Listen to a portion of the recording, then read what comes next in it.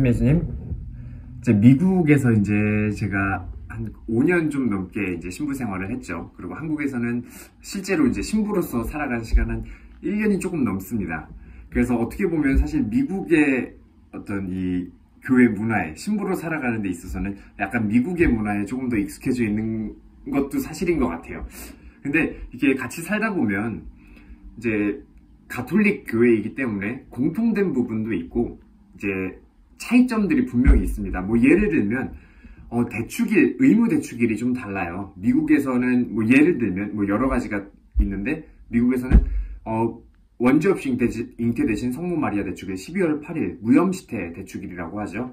그게 이제 미국에서는 의무 대축일이고요. 한국에서는 그것은 또 의무 대축일은 아닙니다.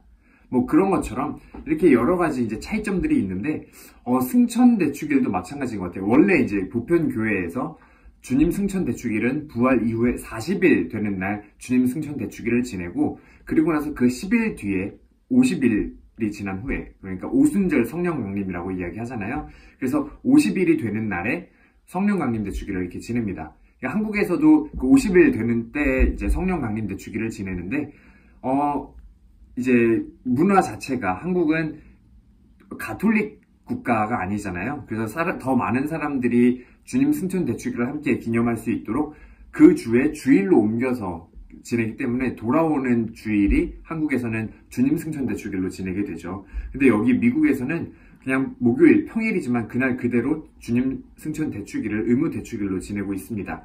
그래서 평일이지만 뭐 미사가 이제 뭐 세대나 뭐 이렇게 여러 대 있는 성당들이 참 많이 있죠. 그래서 지금 제가 지내고 있는 성당에서도 이제 목요일을 주님 승천 대축일로 지내고 있기 때문에 주님 승천에 관련된 부분을, 그 영상을 지금 올리고 이렇게 묵상을 나누어 볼까 합니다. 주님 승천 대축일, 우리가 왜 주님께서 승천하신 것을 기념해야 하는가에서부터 한번 물음을 시작을 해보고 싶어요. 주님께서 승천하신 게 지금 우리가 살아가고 있는 이 신앙에 무슨 상관이 있나요? 한번 그렇게 그냥 근본적인 부분에서부터 다시 한번 출발해보고 싶습니다. 그래야 이 승천이 우리에게 주는 의미를 다시 한번 새겨볼 수 있을 것 같아요. 주님께서 승천하셨는데 그러면 그 당시에 제자들에게는 어땠을까요? 그렇게 예수님께서 순환하고 죽으시고 부활하신 것까지는 제자들이 확인을 했죠. 그리고 나서 여러 차례 이쪽 제자들, 이 그룹, 뭐 토마스의 의심 사건도 있고 엠마오로 가는 제자들도 있고 뭐 여인들에게도 그렇고 많은 기회에 이렇게 예수님께서 나타나셨죠. 그래서 이렇게 예수님께서 부활하신 것도 몸소 체험했고, 그래서 그 기쁨에 넘쳐서 그렇게 살아가고 있는 제자들이었습니다. 그런데 예수님께서 이제 제자들에게 갈릴레아로 가라고 이렇게 여인들을 통해서 먼저 명령을 하시고 나서 이제 주님께서 승천을 하세요. 그 당시에 만약에 우리가 살아있던 그런 제자들이었다면 어떤 느낌이었을까요? 내가 이렇게 사랑하고 따르고 내가 가르침을 받고 늘 함께 살고 숨쉬던 그 분께서 순환하고 죽으신 이후에 부활하셨는데 이제 승천하신다고 하세요. 어떻게 보면 그 당시의 제자들이라면 작별 인사가 아닐까 하는 생각이 듭니다. 먼저 예수님께서 승천하시고 나서 그 이후에 예수님을 인퍼슨으로, 그러니까 대면해서 직접 만날 수 있는 제자들이 이제 더 이상 없었죠. 그래서 어떻게 보면 이 승천이라는 사건이 제자들에게는 예수님과의 작별이라고 받아들여졌을지도 모르겠어요.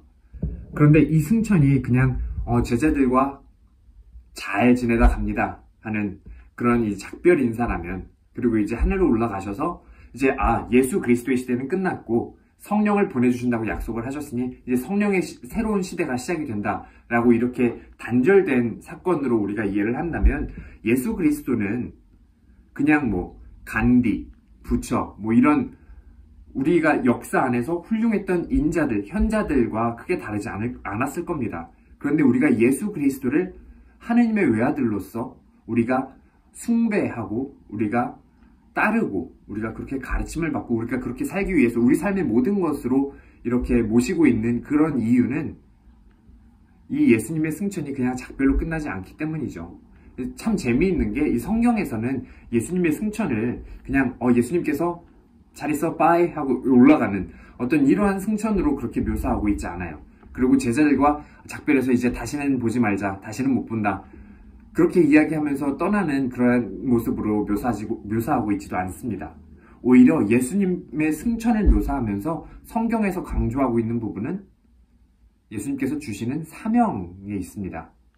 예수님께서 승천하시면서 제자들에게 주셨던 그 사명은 예수님께서 이 세상에서 당신께서 직접 행하셨던 그 모든 일을 이제는 제자들이 행하도록 그렇게 사명을 부여하시고 나서 하늘로 올라가시는 거죠. 그리고 우리가 잊지 말아야 하는 부분은 예수님께서 이제 승천하시면서 마태오복음에 나오죠. 보라, 세상 끝날까지 내가 언제나 너희와 함께 있겠다 하시는 함께 계시겠다는 약속이에요. 이렇게 예수님께서 하늘로 올라가시면서 제자들에게 사명을 부여하시고 그 사명 안에 제자들이 하는 일에 그분께서 함께 하시겠다고 약속을 하신 겁니다. 그래서 예수님께서 이제 작별의 의미라기보다는 오히려 함께 계심의 의미가 더 강해진다라고 우리가 그렇게 이해하면 될 것 같아요. 왜냐하면 우리가 이 교회 안에서 하늘이라고 하는 것은 전통적으로 보편성을 의미를 하죠. 그래서 어디에나 함께 있는 누구에게나 같은 언제나 어디에나 시간과 공간을 초월한 그런 개념으로 생각을 합니다. 그래서 하느님의 임재성에 대해서 우리가 바라볼 수 있는 것이 예수 그리스도의 승천 사건입니다. 그래서 우리가 하늘에 계신 우리 아버지 할 때 그 하늘이라는 것이 저기 있는 이 공간적인 개념의 그 하늘을 의미하는 것이 아니라 이 세상 어디에나 우리와 함께 계시는, 언제나 어디에나 우리와 함께 계시는 그 하느님에 대한 고백이라는 것을 우리가 다시 한번 상기시켜 볼 필요가 있을 것 같습니다. 그래서 여기에서 언제나 함께 있겠다 하시는 그 약속이 우리에게 얼마나 큰 힘이 되고 큰 위로가 되는지를 우리가 인간적인 관계 안에서 한번 바라보고 싶습니다. 여러분들이 사랑하는 사람과 함께 있을 때, 내가 좋아하는 사람과 함께 있을 때 어떠한 변화가 일어나나요? 나의 마음의 변화도 있지만 나의 호르몬의 변화도 있어요. 이게 당연히 감정적으로 사랑하는 사람, 좋아하는 사람과 있으면 기분이 좋죠. 이제 그것을 넘어서 실제로 우리의 이 뇌 속에서 그런 호르몬 작용에 의해서 도파민이나 아드레날린, 세로토닌 같은 그런 호르몬들이 분비가 된다고 해요. 제가 그런 의료 쪽이나 이런 생물학 쪽의 전공자는 아니기 때문에 그거에 대해서 세부적인 부분에 대해서 논의할 건 아니지만 그러한 여러 가지 호르몬들이 나와서 나의 몸에 이로운 작용을 하게 돼서 이제 나를 변화시키게 되는 거죠.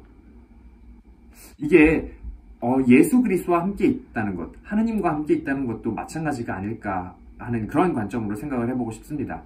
우리의 어떤 이런 신체적인 부분에 있어서 그러한 변화가 일어난다면 우리의 영적인 몸에 있어서는 어떠한 더 큰 변화가 일어날까요?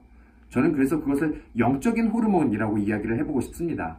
예수님께서 함께 계시겠다는 그 약속은 우리의 영적인 호르몬을 작용을 해서 우리의 영적인 성숙을 이끌어내고 영적인 성장을 이끌어내는 것이 아닐까 그렇게 묵상해봅니다.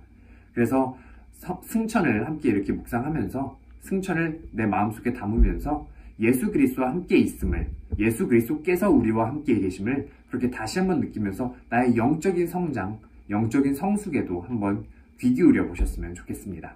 아멘.